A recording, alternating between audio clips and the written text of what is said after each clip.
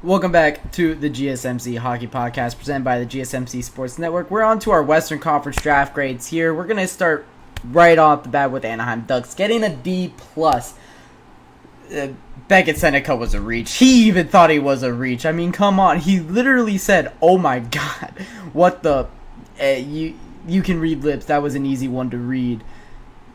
He didn't think he was going to go third overall. Like, come on here. It's a D+ because of that. I think Stian Solberg was a good defenseman. I kind of like their draft a little bit. I think Beckett Seneca could be a good, useful piece in the NHL. But, I mean, with the reaction and with just, I think that it is a reach. I can't get them over a D+ here for the Ducks. We'll see. I definitely will be proved wrong if I'm going to be honest with you. I fully expect this one to be my worst take of the draft. With the reaction and with just, all of it that goes on with the Anaheim Ducks draft, I had to give them a D+. Although I do like Stian Solberg a lot. And I did like Beckett Seneca.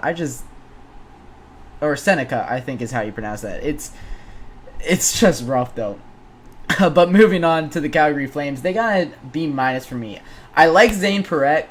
But I didn't like Matt Gryden, who was their 28th overall pick in this draft. I think down the board they got a few good picks as well, Andrew Basha, but I don't think I could give them over a B- here. Luke Misa could be a good player, brother of future probably number 1 overall pick in Michael Misa next year.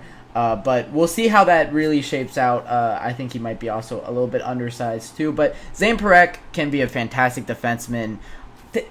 The Senators took Carter Yakimchuk with Zane Parekh on the board still, too. Oh my goodness. Every time I look at the board, I get reminded at how awful that pick was. I like Carter Yakimchuk. I think that he'll be a fine defenseman, but I did have like 5 defensemen over him at the time that they took him. That's why it was such a bad pick. But nonetheless, we're gonna get back into the Western Conference side of things. Blackhawks next. I gave them a B+. Artem Levshunov, I think, is going to be a fantastic blue liner. I think that's a fantastic combination that they have with Kevin Korchinski now. And Sasha Boiver, who I think might be one of the more underrated prospects in this draft. Center from Muskegon. 6'2", 183. They get him at 18th overall. I think he was a very skilled forward as well. I really like that pick for Sasha Boiver, for the Blackhawks in Sasha Boiver. But, with the Artem Levshunov pick, I like it a lot in a vacuum, but at the time, you have Ivan Demidov that you could pair up with Connor Bedard in 2 years, and that's kind of what leads me to say B+ instead of an A draft here. But yeah, I do like their draft a lot.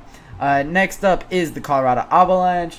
They get a C here. They don't have a pick in the first round. As I said, this is it's a trend in this. In my draft grades, if you don't have a first round pick, I can't give you anything really higher than a C because this draft is not the best when it comes to the depth of it. You can't really get above a C, but I didn't hate Ilya Nabokov. I think that there were better goaltenders on the board at the time to take, and with your first pick in a draft being a goalie, I think might be a little bit of a reach there. But next up is the Dallas Stars. They got a D- for me. I didn't like Emil Hemming, and then they don't have a pick until the 5th, and they only have 2 other picks besides their first round pick. It's a D-. I don't like Emil Hemming. Going right past that because that draft wasn't really anything to talk about too much. Next up is the Edmonton Oilers. I do like Sam O'Reilly a lot out of the London Knights. The London Knights are my favorite team in the Canadian Hockey League. So might be a little bit biased, but I do like Sam O'Reilly a lot. Emil Vinny is a good goaltender out of Finland. But they get a C- just because it's not a spectacular draft. They didn't do too much. They didn't do too much on draft day. The LA Kings ended up with a A-. I talked about the Montreal Canadiens getting my only A+. I did forget that I gave the Sharks an A++ because I wanted to separate them. I did say that I do think that the Sharks had the best draft, but we'll get into that later. I'm just now seeing that. But for the LA Kings, I gave them an A-, and honestly, I think I gave them an A- purely because of the Pierre-Luc Dubois trade. That wasn't really on draft day, but I wanted to throw it into something. I gotta say how fantastic that trade is for the Kings, offloading the worst contract in the NHL for a valuable goaltender. I think it's a steal. But I also really like Liam Greentree when we're talking about their draft. I think I had him around like 17 or 18. He goes at 26th overall. So I think that is a fantastic pick.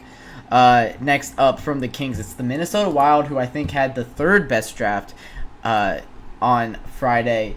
Byam at 12th overall is fantastic. That's going to be one of the steals of the draft. He was fantastic in the World Juniors. He was fantastic for Denver on their NCAA championship run. He should have gone top 5, honestly. He should have been that third overall pick for the Ducks. But I think the Ducks just look at their defensive core and think the Ducks took Beckett Seneka over Ivan Demidov also. I didn't even mention that when I was talking about the Ducks. I'm all over the place right now, but that's awful. You can't take Beckett Seneka over Ivan Demidov. That's another reason I gave them a D+. I'm just now remembering. But anyways, Byam I thought should have gone third overall to the Ducks. He drops all the way to 12th. He's like one of the last of the great defensemen in this draft to go off the board here.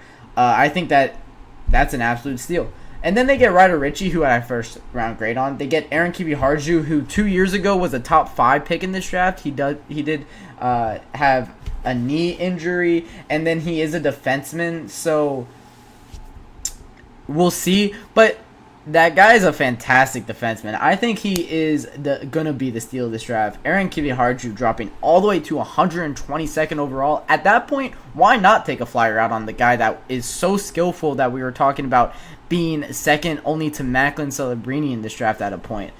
Yeah, I really like Aaron Kiviharju. And so their first 3 picks were A+. They get an A+. Next up is the Nashville Predators, who get a D+. I really didn't like Egor, I think is how you pronounce his first name, Egor Surin, out of Russia. He played in the MHL. I don't like MHL prospects too much, but I still think that it won't be too bad. But they get a D+ because their draft was kind of uninspiring. Just kind of moving on from that, they get a D+ in their draft, but they're by far the winners of free agency. So really, who won here? Next up is the San Jose Sharks. All right, let's talk about this draft. This is one of the best drafts that I've seen in a long time. Like, truly, I think their first 6 picks were absolute hits. Macklin Celebrini, who is the best player in this draft, they get him at number 1 overall. Makes your job a little bit easier when you're drafting number 1 overall. We've seen that in the past with Connor Bedard, Juraj Slavkovsky, Owen Power. These number 1 overall picks are usually really good. Next up, Sam Dickinson, who had a very good grade on. He also is from London Knights, so I do like the London Knights of the CHL, so take that with a grain of salt. Igor Chernyshov, I had a top 15 grade on. Leo Salin Wallenius, who is a defenseman out of Sweden, I had a first round grade on as well. 4 guys in their top 4 picks I had first round grades on. And then Carson Wetch, I had a early second round grade on. Christian Kirch, I had a late second round grade on. They got him in the 4th round goalie out of the Swiss Junior League. This is the best draft I've seen in a while here for the San Jose Sharks. This is a franchise-altering draft. They were the bottom of the NHL this last year. I don't expect that to happen in the years to come. I think this is a fantastic draft from the San Jose Sharks. I can't emphasize that enough. Next, the Seattle Kraken. I gave them an A-. Berkeley Catton's a fantastic pick at 8th overall. I love Berkeley Catton's game. Also loved how Kiviharju said to you guys, that clip. That clip is one of the best clips that I've seen on a draft night. Literally, an 18-year-old kid walking up to a GM in the 4th round and saying, "You got the steal of the draft." That's something that you can really, if you're the general manager, and later in that clip, when he sits back down at the table, he goes, "I love that kid already." That's how you make a first impression. That's a fantastic way to start a career in the NHL. Aaron Kiviharju will be very good, and I am very confident on that. Berkeley Catton, though, going back to the Seattle Kraken, 8th overall. Julius Miettinen from Finland, I had a good grade on as well, a 6'3 center. If you're a 6'3 center, I usually grade you out well. I really like when centers are bigger. But I think it's just a good draft from the Kraken. They get an A- there. The St. Louis Blues are the next one up. I gave them a C-. I don't like Adam Jiricek, and I'll be the first one to admit that I don't like Adam Jiricek. I think that is a reach. He's coming off of an injury. I get that he's a defenseman, but he only had 1 point in his entire season this past year, and I think he played 20 games. 1 point in 20 games is a rough look. He's also 6'3", 165. Like, that's a skinny defenseman. I don't like Adam Jiricek too much, but the Blues really targeted defense in this draft, their first 3 picks being defensemen. Lucas Fischer isn't a bad one, but I don't like him too much. But Colin Ralph, I think it's just a size defenseman, 6'5", 226 pounds. I think that it could be a good draft for the Blues. They could prove me wrong, but I don't like Adam Jiricek at the 16th overall. Utah Hockey Club next. They get an A+. Tisha Ginla, Cole Boydoon, and Will Skahen, I believe that's how you pronounce that.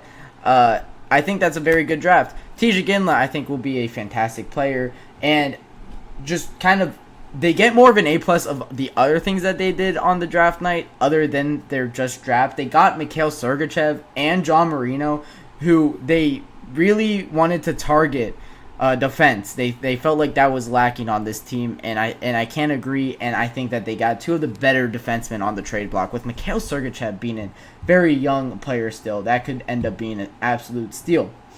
Next up is the Vancouver Canucks. They get an F. I gave them an F because they didn't have a pick until the 3rd round, and then they didn't really do anything with that. They had the ability to get Aaron Kiviharju in the 3rd and 4th round, and they don't.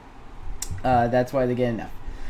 Just moving along from that, the Knights get a C-. Trevor Connolly is going to be he'll be an okay NHL player. I feel confident about that, but I don't have him really reaching anything higher than the 2nd line, honestly, on a serious team. And then they have 3 more picks in the draft. They don't really move me too much. That's why they get a C-. And in a moment where the Vegas Golden Knights might be in rebuild mode, I think that this draft is one that they really needed to have, and they don't have the picks for it.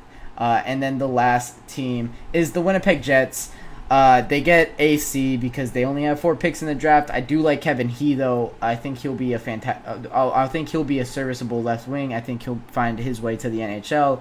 But other than that, they don't really get anything that really moves me too much. They get a C, the Winnipeg Jets. So that'll wrap it up for the draft grades and talking NHL draft. When I come back from my 3rd break of the night, we're on to our 4th segment. We'll be talking about the biggest UFAs remaining on the board after day 1. Spoiler alert, there's not many.